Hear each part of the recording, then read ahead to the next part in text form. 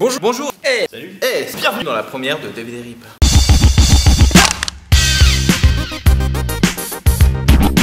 Dans la série DVD, on vous parle de The Divide, Tech Shelter et The Other Guys. Dans la Select Horror, on flippe avec les vides. À l'affiche, on juge Moonrise Kingdom, Prometheus et Cosmopolis.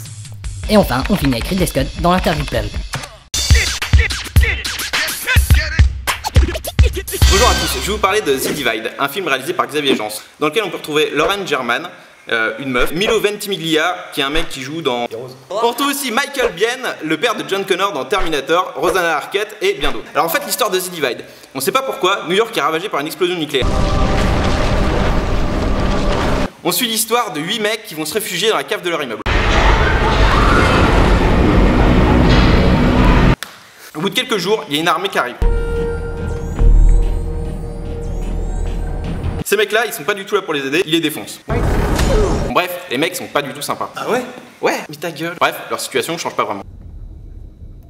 Mais voilà, le temps est long et tout le monde commence à s'emmerder. À partir de là, ils commencent à trouver des jeux très bizarres.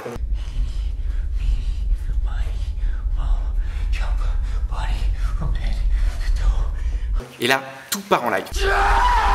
The Divide est avant tout un huis clos psychologique à l'instar du film de zombies. En gros, on s'en fout du contexte. On prend des mecs, on les fout ensemble, on les oblige à supporter et on regarde lequel va tabasser qui en premier. Pour un budget estimé à peu près 4 millions d'euros, un stagiaire s'est retrouvé producteur en appelant ses parents pour leur demander 2 millions histoire de boucler le film. Ce film a été primé pour les maquillages FX qui sont hyper réussis.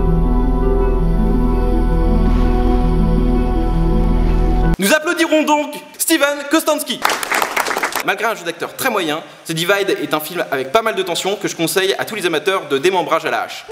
Non, alors Tech Shelter, c'est un film réalisé par Jeff Nichols, qu'il a écrit lui-même, qui est vachement bien, que je conseille à tous. Dedans, on retrouve Jessica Chastain, qu'on avait vu dans Tree of Life, qui était magnifique. On retrouve aussi Michael Shannon, qui joue le rôle de Curtis LaForge, qui est un père américain assez, disons, lambda. T'en étais où là ?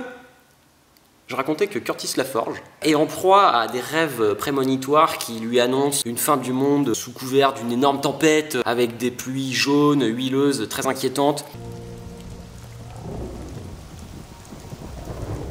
Il rêve que son entourage, sa femme, son chien l'attaquent.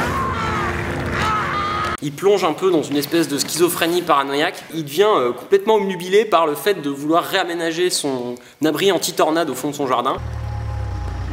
Quitte à se mettre un peu tout le monde à dos, c'est-à-dire son entourage, sa famille, et même à mettre en péril un peu sa vie professionnelle. C'est super bien joué, c'est super bien mis en scène, c'est superbement écrit. Donc c'est pas simplement un film sur la folie, c'est un film qui parle aussi de la crise économique, de la peur de tout perdre qu'ont nos sociétés occidentales et américaines en particulier. Le rythme est un peu lent, c'est pas du tout chiant, les personnages sont vraiment très prenants, on a beaucoup d'empathie pour eux. Je le conseille à tous, il a fait que 135 000 entrées en France, ce qui est pas mal, il aurait vraiment mérité beaucoup plus. Vraiment allez-y, c'est génial. Moi je vais vous parler de The Other Guys, un film de Adam McKay, qui est aussi producteur délégué sur la série Eastbound and Down, avec Will Ferrell, Mark Wahlberg, Dwayne The Rock Johnson et plein d'autres. C'est qu'à la base c'est juste deux super flics qui sont ultra forts. Anthony Smith tire, conduisent et baisent avec panache. C'est les héros de New York. Sauf que pendant le braquage d'une bijouterie, au début du film, bam, il meurt. Nous avons perdu 2 héros qui nous ont tout donné. C'est là que les deux losers du commissariat se disent si on devenait les prochains héros. C'est notre moment, Alan. Notre moment de s'avancer et prendre la relève. Ils vont devoir résoudre un énorme complot en même temps résoudre leurs problèmes familiaux. Je suis un porc frustré. Il faut qu'on me laisse voler. C'est un film comique, un genre buddy movie, de mecs que tout oppose se retrouvent à travailler ensemble. Alors, qu'est-ce que t'as? Voilà ce que j'ai. Et je le pose directement sur ton cou. Et là, ça va être que des situations et des dialogues absurdes. Oh non, Jésus. Comment ça se fait que dans les films, ils continuent à marcher normalement quand une bombe explose derrière eux? Ça se fait pas. Il a pas été bien accueilli par les spectateurs, mais plutôt bien par la critique cinéma. C'est vraiment un film à voir le dimanche, quoi. Si, ce qui est bien, c'est que pour une fois, j'ai vu un film de Mark Wahlberg qui m'a fait rire, et c'était voulu. Et ça, c'est la nouveauté. Puis mention spéciale à l'espèce de gros connard qui s'est dit mais attends, ça s'appelle The Other Guy, comment je pourrais le traduire en France? Very Bad Cop.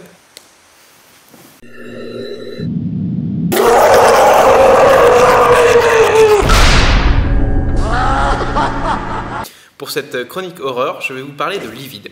Livide, c'est un film français réalisé par Julien Maury et Alexandre Bustillo. Ça n'a rien à voir. À l'intérieur de ce film, on peut retrouver comme acteur Catherine Jacob, que ça faisait très longtemps qu'on n'avait pas vu à l'écran. On peut retrouver aussi la jeune Chloé Couloud, qui est plutôt pas trop mal et qui joue très bien. Le pitch, très simple. Chloé Couloud, elle a les yeux verrons. Déjà, c'est très bizarre. Ça veut dire quoi Véron. Alors, Véron, c'est très simple. Bref. Cette petite nana-là, elle fait un stage auprès d'une auxiliaire de vie qui est interprétée par Catherine Jacob. Quel gros cadeau tu nous as réservé aujourd'hui? Parmi ses patients, Chloé Couloud va découvrir une vieille dame qui est interprétée par Marie-Claude Pietragala, qui joue le rôle d'une vieille qui est dans le coma depuis des années. À ce moment-là, Catherine Jacob, elle lui indique que, apparemment, la vieille aurait un trésor caché à l'intérieur de la maison. Paraîtrait même qu'elle a un trésor. Trésor caché. Non, mais... Un trésor un peu comme une histoire de piraterie. Et c'est flippant ou pas? Non, pas au moment de l'annonce du trésor. En fait. D'accord. Au moment de l'annonce du trésor, ça reste plutôt... Comment? Ça se passe en mer? C'est... oui, non. L'action se déroule en Bretagne tout de même. C'est les pirates de la Terre, hein? Non, ouais, mais ferme ta gueule. Et donc, Chloé Couloud va directement annoncer à son petit ami: « Eh, mais je suis allé voir une vieille qui a un trésor caché dans son appartement. » Après ma tutrice, elle aurait même planqué un trésor dans sa maison.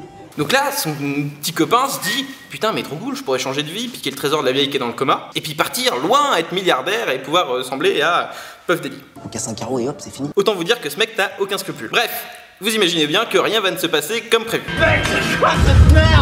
Info et avis. Le film est plutôt bien brûlé, il n'y a pas de faute de réalisation, à part une espèce d'effets spéciaux un peu ratés que je vous montre tout de suite.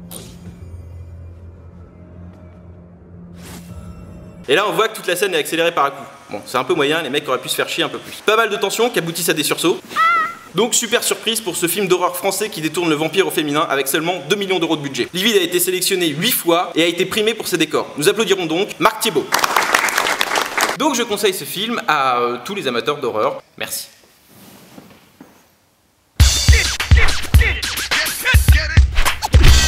Je vais vous parler de Moonrise Kingdom, un film réalisé par Wes Anderson avec Bruce Willis, Edward Norton, Frances McDormand, Tilda Swinton, le jeune Jared Gilman et la petite Cara Hayward. Trop de gens. Le pitch, Moonrise Kingdom, ou tout simplement la plus belle histoire d'amour entre deux enfants de 12 ans. Ce film est simplement une bouffée d'oxygène, du bonheur en intraveineuse. Les acteurs sont excellents, les images sont magnifiques. La musique de Mark Mothersbaugh est tout simplement féerique. Le film est inventif, créatif, explosif, tout simplement positif. On ressort de la salle convaincu que l'amour peut tout changer. Je conseille ce petit chef-d'œuvre à tout le monde. Ça rendra les cons moins cons et les niais plus niais. Bref, Wes Anderson, c'est tout simplement rendre heureux.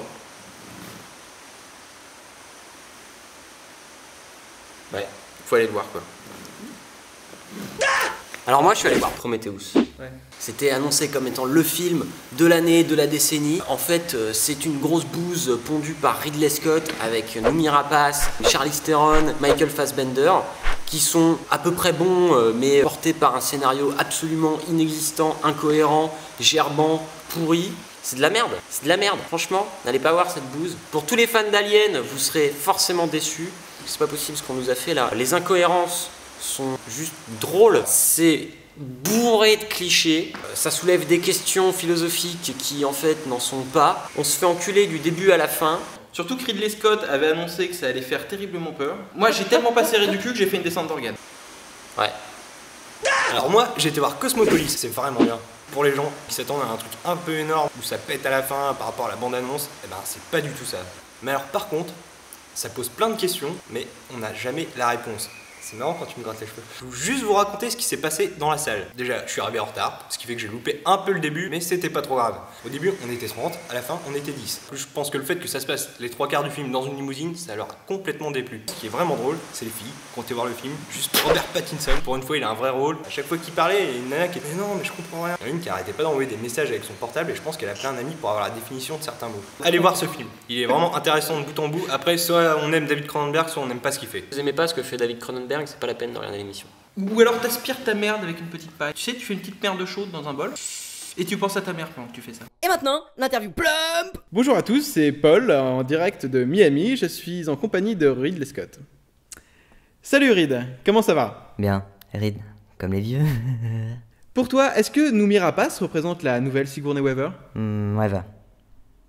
Météo en anglais. Les avis sont très partagés sur Prometheus. Qu'est-ce que tu en penses? Il était annoncé qu'un deuxième opus suivrait Prometheus. Qui penses-tu mettre en tant que scénariste? Et est-ce que David, le cyborg, sera encore présent? Je sais pas, à vrai dire, je m'occuperai pas du prochain épisode. Je préfère laisser ça à Michael Bay ou Michael Vendetta, qui ont pour moi toutes les capacités nécessaires à la réalisation de la suite, et j'adore le prénom Michael. En fait, tu t'en fous complètement. Ouais. C'était juste pour faire du pognon, quoi. Ouais. Et les fans d'Alien? Je m'en fous totalement. Est-ce que tu comptes nous faire la même merde avec Blade Runner 2 ? Non, pour Blade Runner 2, j'ai fait appel au meilleur. Je travaille avec Michael Curtis, le scénariste de Friends, parce que vous savez, j'adore le prénom Michael. Très bien, merci Reed. À très bientôt. C'était Paul en direct de Miami avec Ridley Scott. Je vous dis à très bientôt dans la prochaine interview Plump. On récap. En DVD, The Divide, Tech Shelter, The Other Guy. Pour l'horreur, Livide. À l'affiche, Moonrise Kingdom, Prometheus, Cosmopolis. Bon film à tous et à vendredi prochain.